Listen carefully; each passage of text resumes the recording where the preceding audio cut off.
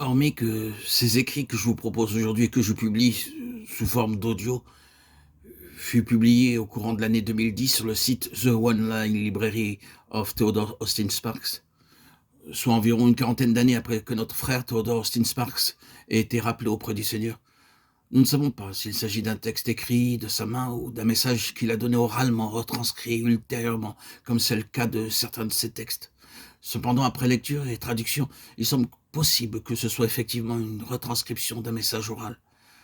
Nous nous sommes efforcés de le traduire de sorte à le rendre le plus clair possible, sans altération, ajout ou retrait, en préservant autant que possible sa profondeur et l'exactitude de la pensée et de la signification des termes employés par M. Theodore Austin Sparks.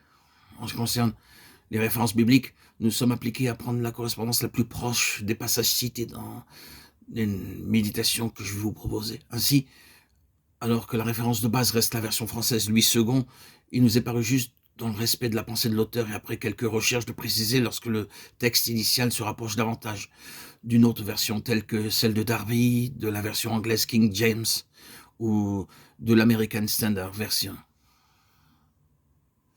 À l'Assemblée universelle et l'Église des premiers-nés qui sont inscrits dans les cieux, Hébreux 12, 23. Dans cette appellation, nous trouvons deux choses. Premièrement, l'Église qui est l'objet suprême de la préoccupation de Dieu durant cette dispensation. Puis, deuxièmement, les mots, les premiers-nés, qui décrivent la nature de cet objet. Il s'agit de l'Église des premiers-nés. Les termes sont en pluriel. Et une meilleure traduction serait l'Église de ceux qui sont les premiers-nés, dont les noms sont inscrits dans les cieux. Alors que dans la version originale grecque, il s'agit bien d'un pluriel. Mais Theodore Austin Sparks donne cette précision, car en anglais, The Church of the Firstborn, les premiers-nés, pourrait être traduit par l'Église du premier-né. Il s'agit d'un nom collectif qui n'est pas mis au pluriel. On trouve donc à propos des premiers-nés, Exode 12, 12, All the Firstborn, traduit par tous les premiers-nés, et dans Hébreux 12, 23, The Church of the Firstborn, l'Église des premiers-nés.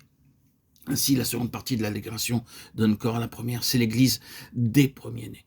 Cette désignation se trouvant dans la lettre aux Hébreux est telle qu'elle est incluse dans une vaste déclaration qui ramène directement au début de l'histoire de la nation. Lorsque sur la montagne, le peuple fut constitué en nation sous le gouvernement de Dieu. Il est facile de constater que cette appellation, l'Église des premiers-nés, est en relation directe avec les Lévites, desquels nous lisons dans le livre des Nombres qu'ils représentaient les premiers-nés. Ils étaient un groupe représentatif dans lequel tout le peuple d'Israël était rassemblé. Si bien qu'en retournant au moment de la constitution d'Israël en tant que peuple de Dieu, sous le gouvernement de Dieu, et ce qui nous concerne présentement, les Lévites en particulier, nous trouvons des principes spirituels célestes et éternels qui y sont attachés.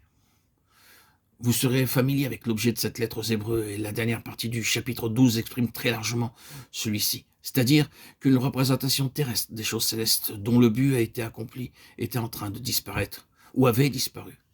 Qu'un grand bouleversement allait se produire dans lequel tout ce qui n'était pas spirituel, céleste et éternel mourrait et subsisterait uniquement ce qui n'avait pas son origine dans ce monde. Le système juif, en tant que système de représentation et de type, faisait partie de cette terre et devait périr. Il disparut lors de la venue de Christ, mais en tant que système, il était sur le point d'être entièrement brisé et dispersé. Et alors que leur système s'effondrait, la lettre fut écrite dans le but de maintenir ces croyants hébreux attachés aux réalités célestes, spirituelles et éternelles, et de leur montrer que Christ avait pris toutes les valeurs spirituelles du système juif, les avait incorporées et transportées au ciel, et qu'à présent pour eux, toutes choses étaient en Christ, en haut dans le ciel. Nous voyons Jésus couronné de gloire et d'honneur, Hébreux 2.9, version Darby. Lui, là dans le ciel, était le centre et la plénitude de la vie de son peuple, et le terrestre avait disparu.